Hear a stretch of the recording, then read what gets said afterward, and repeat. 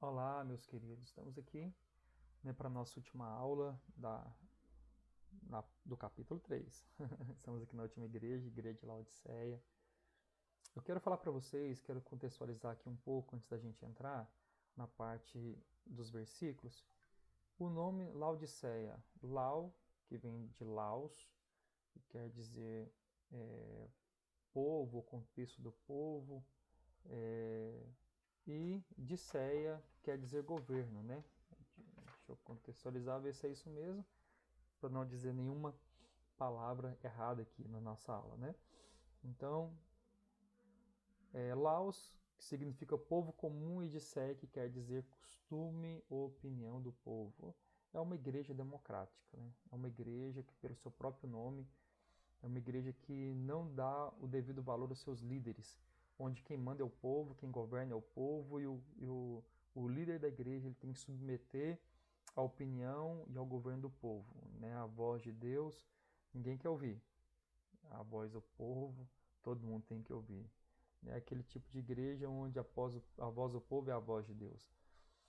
Então, meus irmãos, nessa igreja, um povo é um pouco diferente das outras passadas, que elas falavam muito dos nicolaítas, tá? Um pouco diferente dos nicolaítas. Quem eram os nicolaítas?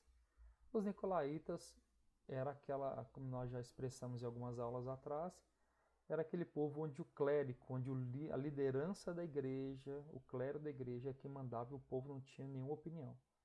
Na verdade, nós somos uma igreja, um corpo. Efésios capítulo 4 nos fala que a igreja bem ajustada, segundo o auxílio de suas juntas e medulas, ela cresce à medida da estatura de Cristo. Ou seja, uma igreja que tem o mesmo pensamento, o mesmo entendimento do amor de Cristo. Então, para que nós possamos alcançar essa maturidade espiritual, nós precisamos andar junto, tanto os líderes quanto o povo. Eles são um só, eles não são diferentes. Aquilo que vem da cabeça que é Cristo, no líder da igreja, no anjo da igreja, também tem que estar sendo formalizado, tem que estar sendo discernido e também, como eu posso dizer, revelado ao coração dos membros do corpo.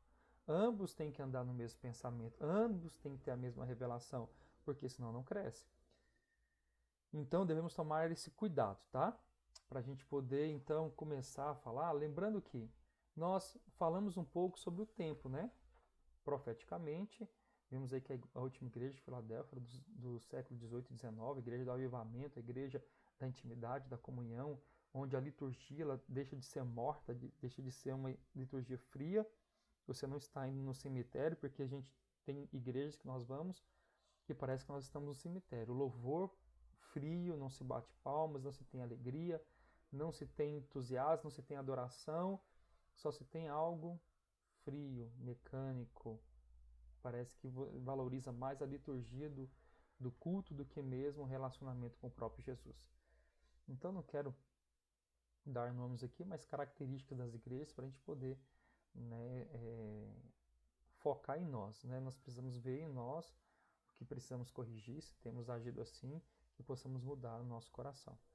Então vamos lá, a igreja de Tiatira ela saiu de Pérgamo, a igreja de Sardes ela sai de Tiatira, a igreja de Filadélfia ela sai de Sardes e a igreja de Laodiceia ela sai de Filadélfia. Então, como assim? Cada tempo uma vai sendo aperfeiçoada ou vai sendo tirada da outra. Essa última igreja é a igreja dos últimos tempos. É dos nossos dias, do nosso tempo, nosso contemporâneo, né? Não sei se a palavra seria essa, contemporaneidade, mas contemporânea aos nossos dias. É uma igreja que é morna, ela não é fria nem quente. Como assim? Ela não é aquela igreja litúrgica, não é aquela igreja fria, não é aquela igreja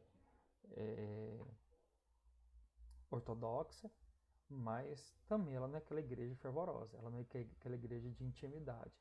É aquela igreja, como as pessoas dizem, equilibrada. Né? Uma palavra que tem sido muito dita pelos nossos dias de hoje, precisamos ser equilibrados. Realmente, a palavra de Deus nos diz que não devemos nosso espírito, né? O Espírito de Deus não nos deu espírito de covardia, mas de amor, de equilíbrio, ou de moderação e de ousadia. Mas o equilíbrio aí não é questão de você ser frio mas sim de ser quente, tá? Não extingueis o espírito, mas sede fervorosos no espírito, como diz o apóstolo Paulo. Então nós precisamos entender que precisamos veementemente combater esse tipo de mornidão. É aquele tipo de igreja onde você quer agradar todo mundo. Nós nunca vamos agradar a todos. Precisamos sempre estar com o nosso coração para agradar a Deus. E nunca precisamos ter um coração para agradar somente as pessoas. Precisamos, como pessoas, estar com o nosso coração sintonizados a Deus e então agradaremos uns aos outros, porque estamos com o coração e o pensamento de Deus. Hoje eu estava lendo Romanos capítulo 8 e lá diz que aquele que é movido, aquele que anda segundo o Espírito de Deus, pensa os pensamentos de Deus. Então, isso deve ser a nossa reação, a nossa conduta, a nossa direção é ter os pensamentos de Deus por meio do Espírito Santo que habita em nós. Então, quando nós temos o mesmo pensamento do Espírito Santo de Deus, com certeza vamos estar buscando a vontade de Deus sobre nossas vidas, ok? Então, uma igreja morna é uma igreja que não é quente, uma igreja que não é fria, é uma igreja que quer agradar a todos, que quer se contextualizar em todos, que quer, né, ter uma ortodoxia, quer ter uma liturgia, mas também quer ser quente, mas não se adequa a nem outra coisa, porque não tem um padrão, não tem uma qualidade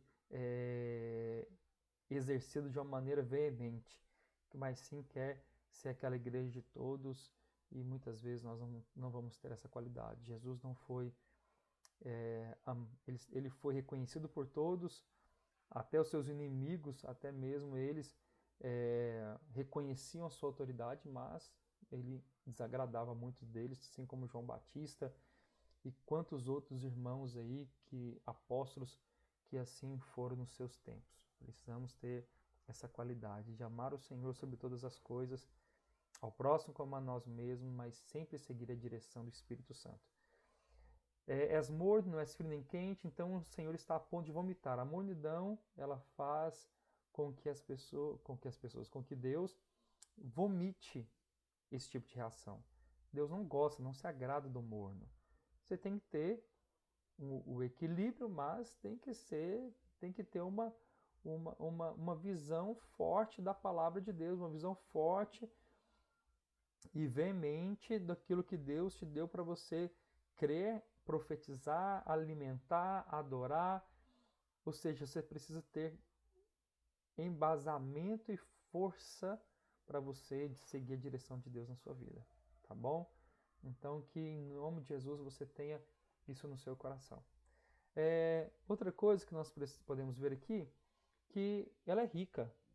E por estar enriquecida, ela não se sente com falta de nada. Porém, o Senhor diz que ela é desgraçada, miserável, pobre, cego e nu. A riqueza ela nos traz um entorpecimento de poder, entorpecimento de conhecimento, entorpecimento, né, de visão. Então, olha só, quando você repara isso, às vezes não quer dizer que ela era uma igreja que ela era somente rica financeiramente, mas uma igreja que se achava rica. Você percebe que ela não era rica, literalmente, ela se achava rica. Ela achava que não tinha necessidade de nada nem aprender com ninguém. Muitas vezes é uma igreja que certamente achava que tinha um valor espiritual, porém não tinha. Certamente achava que tinha uma erudição, mas não tinha revelação. Era uma igreja que tinha às vezes muita música, mas não tinha adoração. Uma igreja que muitas vezes tinha muito trabalho, mas os seus frutos não eram produzidos. Uma igreja que tinha barulho, mas não tinha unção. Uma igreja que tinha patrimônio, mas não tinha patrimônio celestial, riqueza celestial. Então vemos aí que nessas situações, são situações que nós observamos nessa igreja. Uma igreja que é cega. E por que é cega? Porque ela não via corretamente. O Senhor fala que se os nossos olhos forem bons, todo o nosso corpo será bom, e se forem maus, todo o nosso corpo será mau. Então vemos que os olhos ele tem muita qualidade. O Senhor nos repreende, o Senhor Jesus nos repreende nos evangelhos, né, em várias passagens falando sobre os olhos. Né, aquele que tem uma trave no olho, tire para então poder ajudar o seu irmão a tirar o cisco do olho dele. Então julgue a si mesmo antes de julgar o próximo, ou seja, tira aquilo que está te cegando, tira aquilo que está te impedindo de ver melhor. Então o rico ele tem essa característica, né, de não ser uma pessoa que depende dos outros, que somente se vê de uma forma que ela não é.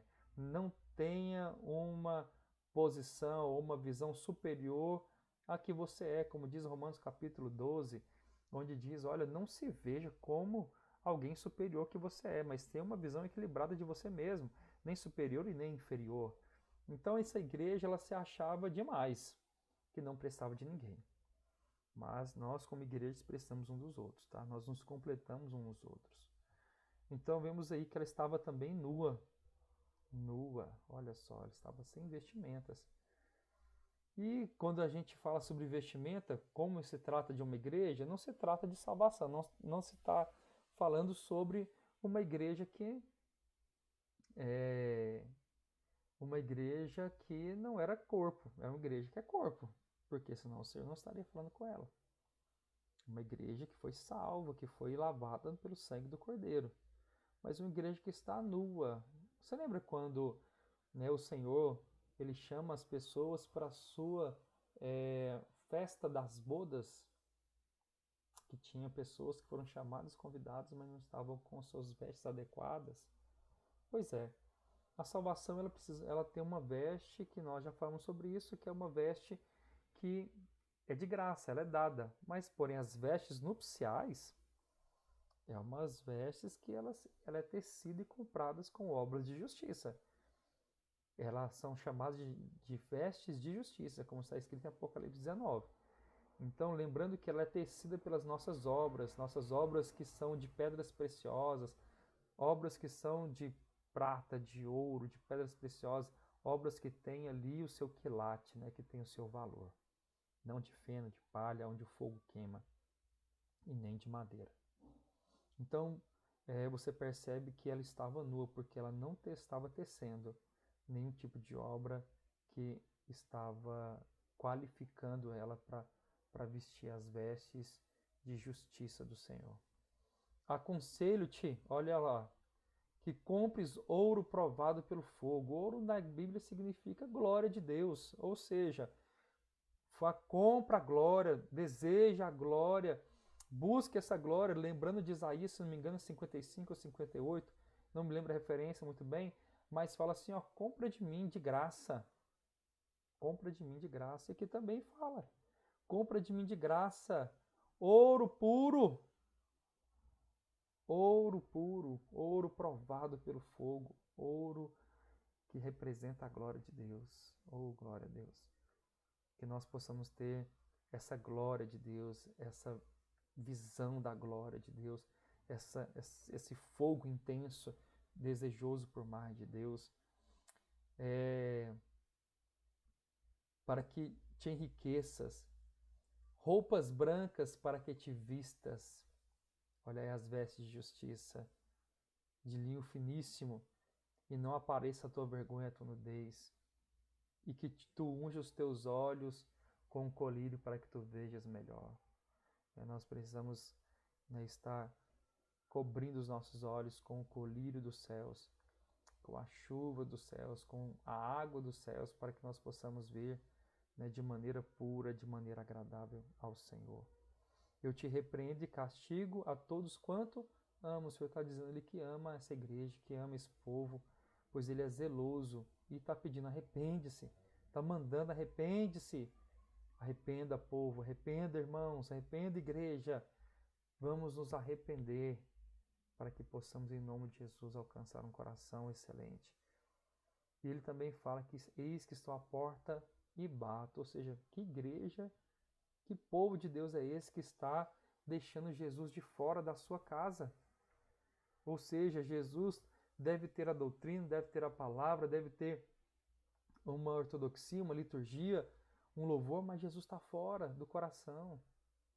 E olha, ninguém entra para ceiar, ninguém come numa mesa se não for íntimo, se não for amigo, se não for uma pessoa de intimidade. Jesus está chamando essa igreja para abrir a porta e Jesus quer ceiar com ela, quer ser íntimo dela. que nós possamos abrir a porta do nosso coração e permitir Jesus entrar. Amém?